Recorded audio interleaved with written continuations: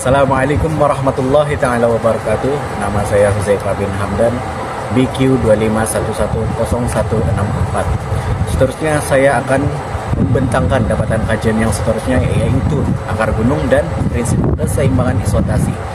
Menerusi pembentangan ini, kita akan melihat bagaimana penemuan geologi modern hari ini sebenarnya sama dengan apa yang terkandung dalam teks wahyu Al-Quran sejak lebih 1400 tahun yang dahulu. Pertama sekali, mari kita lihat dari sudut geologi modern dan model isotasi Eyre. Berdasarkan kajian geofisik modern oleh pakar seperti Darboux dan Marshall, gunung mempunyai unjuran ke bawah yang dikenali sebagai akar kerak bumi. Menurut model isotasi Eyre, kerak bumi ini bertindak seolah-olah seperti bongkah kayu yang terapung di atas air, atau dalam konteks geologi terapung di atas lapisan mantel para cair. Fungsi mekanikal akar gunung ini adalah sebagai daya penstabil mekanikal. Ia berfungsi mencengkam dan memastikan kerak bumi kita tidak tenggelam atau bergeser secara literal ke tepi akibat putaran bumi dan pergerakan arus mantel di bawahnya. Sekarang mari kita alihkan pandangan kita kepada analisis teks wahyu. Bagaimana Al-Quran menggambarkan struktur bumi ini berabad-abad sebelum teknologi seismik dicipta. Al-Quran menggunakan dua istilah utama yang spesifik dan saintifik, yaitu autad dan rawasi. Pertama, istilah autad yaitu pasak. Dalam Al-Quran surah An-Naba ayat ke-7, Allah berfirman yang bermaksud dan gunung-gunung sebagai pasak. Dari sudut bahasa Arab klasik, menurut Ibnu Mansur, watan bermaksud paku atau pasak yang digunakan untuk menegakkan kemah.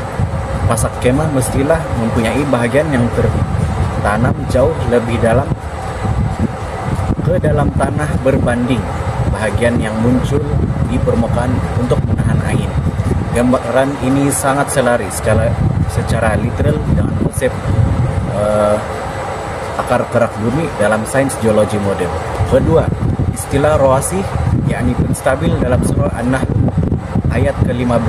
Allah Subhanahu wa taala berfirman yang bermaksud yaitu supaya bumi tidak bergoncang atau berhayun bersama kamu. Allah Subhanahu wa taala berfirman bahwa Dia menancapkan gunung-gunung yang teguh, yakni rawasi, di bumi. Tafsir kontemporeri seperti Profesor Wahbah Az-Zuhaili menjelaskan bahwa gunung berfungsi sebagai pemberat seimbang yang mengurangkan kesan gempa dan menstabilkan pergerakan ekstrim kerak bumi. Ini adalah penerangan tepat bagi fungsi mechanical isostasis. Sebagai kesimpulan, pertemuan antara hakikat sains modern dan teks wahyu Al-Quran ini bukanlah satu kebetulan. Teori isostesi yang membuktikan kewujudan akar gunung serta fungsinya sebagai penstabil kerak bumi adalah terjemahan fisikal kepada konsep autad dan rawasi, yaitu pasak dan penstabil, yang telah digariskan dalam Al-Quran sejak abad ke-7 Masehi, yaitu 1400 tahun yang dahulu.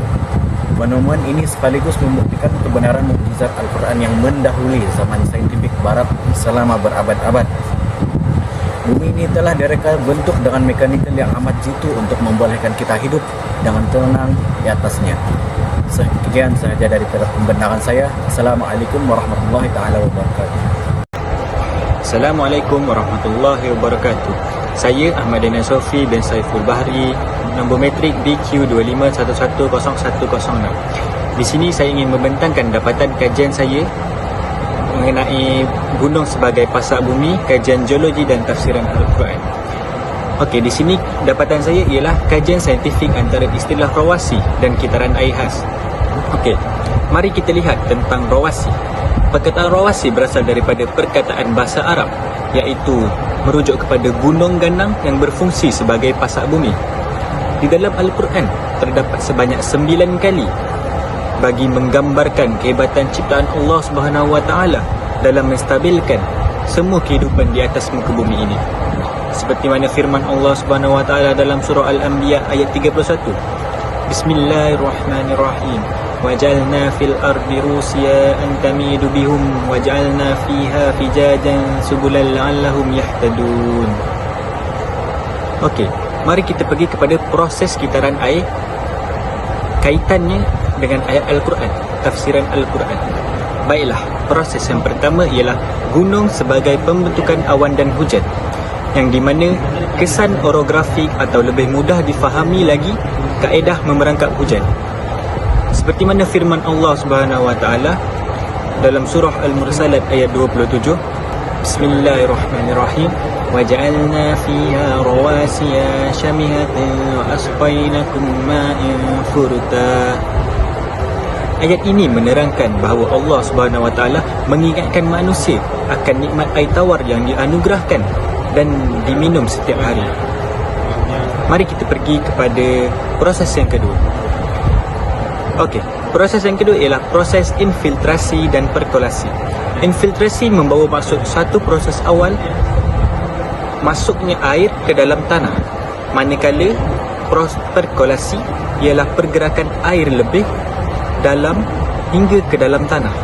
Mari kita lihat kaitannya dengan tafsiran Al-Quran, seperti mana firman Allah dalam surah Al-Mu'minun ayat ke-18, wa anzalna minas samaa'i ma'an biqadarin fa aska'annahu fil ard wa inna ala zahabin bihi laqadirun. Terdapat ulama iaitu Buya Hamka dalam tafsirnya Al-Azhar menegaskan bahawa proses peresapan ini berkait rapat dengan tumbuh-tumbuhan. Akar pokok juga berfungsi sebagai span semula jadi yang memegang air dan melancarkan proses perkolasi ke dalam tanah bagi mengelakkan hakisan dan banjir. Mari kita lihat kepada proses yang ketiga, iaitu proses geomorfologi. Proses geomorfologi ialah pengaliran lembangan sungai. Kajian geologi telah membuktikan pegunungan merupakan kawasan tadahan air utama manusia di dunia yang mengalirkan air dari tempat tinggi ke kawasan lembah untuk kegunaan domestik dan kegunaan harian manusia. Seperti mana firman Allah dalam surah An-Nahl ayat 15, Bismillahirrahmanirrahim, wa alqa fil ardi rusiya an tamida bikum wa anhara wa subulan la'allakum tahtadun. Terdapat beberapa tafsiran di dalam ayat ini yang menerangkan bahawa hubungan antara gunung dan sungai-sungai. Allah Subhanahu wa taala telah menciptakan gunung agar bumi tidak bergegar atau terombang-ambing, serta kewujudan sungai-sungai yang dianugerahkan bagi membekalkan air tawar yang cukup serta untuk meneruskan kelangsungan hidup sesuatu kehidupan di atas permukaan muka bumi ini. Sebagai kesimpulan, pada bahagian ini kita dapat melihat dengan jelas bahawa istilah rawasi atau gunung-gunung di dalam Al-Quran mempunyai perkataan saintifik yang sangat rapat dengan kitaran air bumi.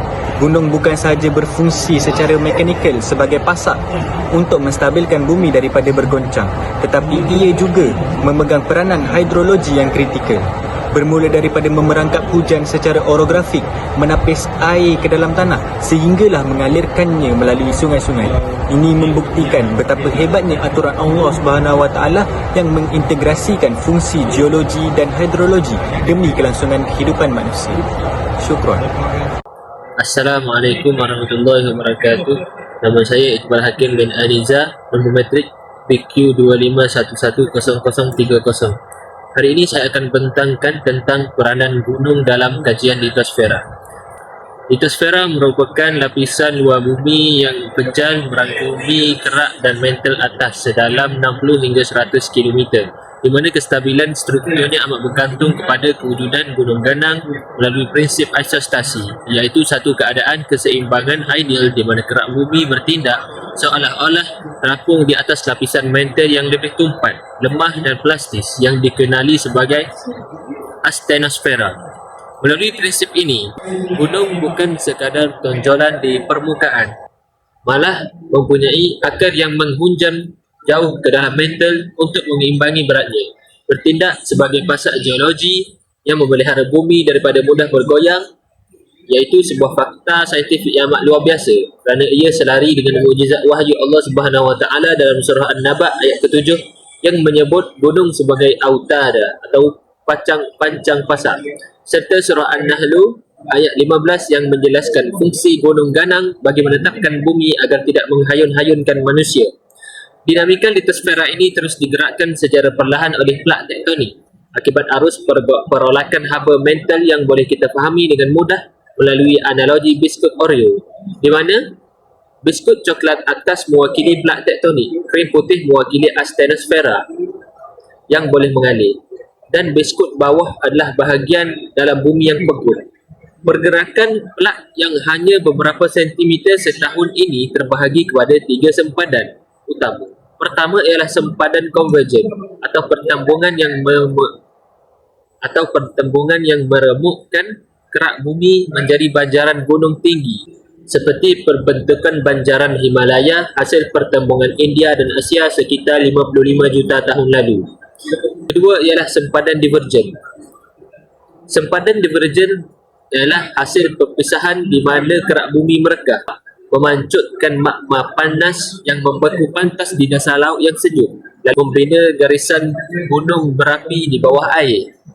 Dan ketiga ialah sempadan transform atau pergeseran mendata yang mempunyai fasa melekat akibat permukaan batu yang kasar sehingga mengumpul tenaga regangan bertahun-tahun sebelum memasuki fasa tergelincir secara mengejut yang melepaskan gelombang seismos drastik lalu mencetuskan bencana gempa bumi tanpa membentuk gunung berapi. Ia seperti yang digambarkan dalam surah Luqman ayat ke-10.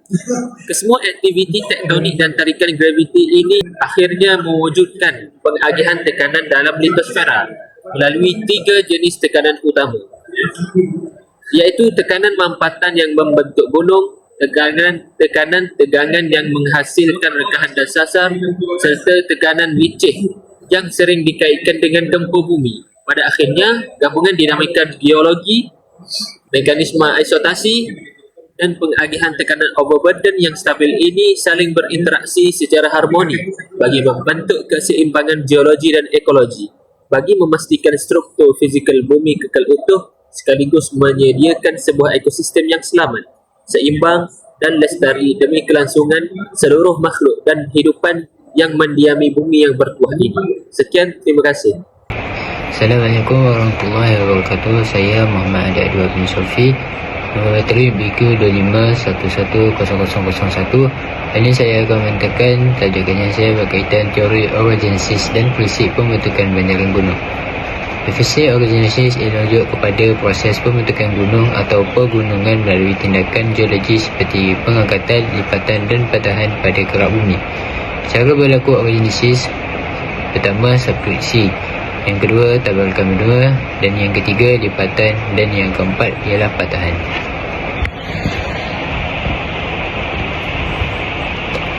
Al-Quran menegaskan peranan gunung sebagai penstabil bumi dan firman Allah dalam surah An-Naba, bukankah kami telah menjadikan bumi itu sebagai hamparan dan gunung-gunung sebagai pasak.